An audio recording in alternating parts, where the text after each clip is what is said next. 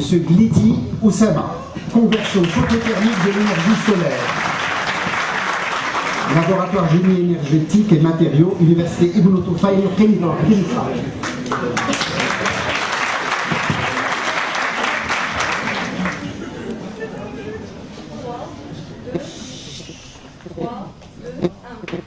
Il était une fois Archimède. Vous connaissez tous Archimède. Face à l'invasion des Romains, il organise la défense de Syracuse. Mais il n'avait pas d'armée, juste une idée savante. C'est de concentrer les rayonnements solaires par des miroirs géants pour brûler les navires romains. Cette stratégie de guerre m'a beaucoup inspiré en mes recherches. Pas pour détruire, pour construire. Utiliser des milliers de miroirs géants qui concentrent les rayonnements solaires en un sommet pour produire de l'électricité propre et gratuite. Parce que ce n'est pas Pikachu qui produit l'électricité, mais en faisant brûler les énergies fossiles qui causent des dégâts économiques et écologiques. Alors, il n'y a pas mieux que l'idée d'Archimède. Sauf que pour bien brûler, les miroirs ne suffisent pas. Et si on met un absorbeur noir au sommet qui absorbe le maximum de rayonnement solaire pour les convertir en chaleur?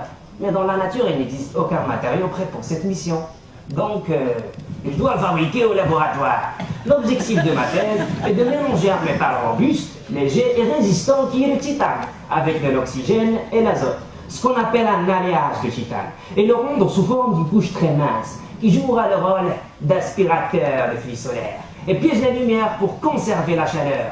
Et ça enflamme, un vrai four solaire qui chauffe de l'eau, qui devient vapeur à haute pression. Cette vapeur produite fait tourner les turbines.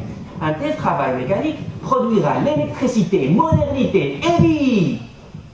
Après plusieurs essais, l'accouchement s'est élaboré. Comment? En mettant ma plaque de titane dans un solvant. Je fais passer un courant électrique tout en variant la tension, la concentration et j'en passe. L'objectif est de trouver la bonne absorption. Eureka! Ma couche mince d'alliage de titane a finalement vu le jour, avec une méthode chimique à faible coût, non polluante, fiable et durable, qui contribuera, je l'espère, à améliorer le rendement des futures stations solaires. Surtout comme au Maroc à moi, le climat favorable pour cette technologie.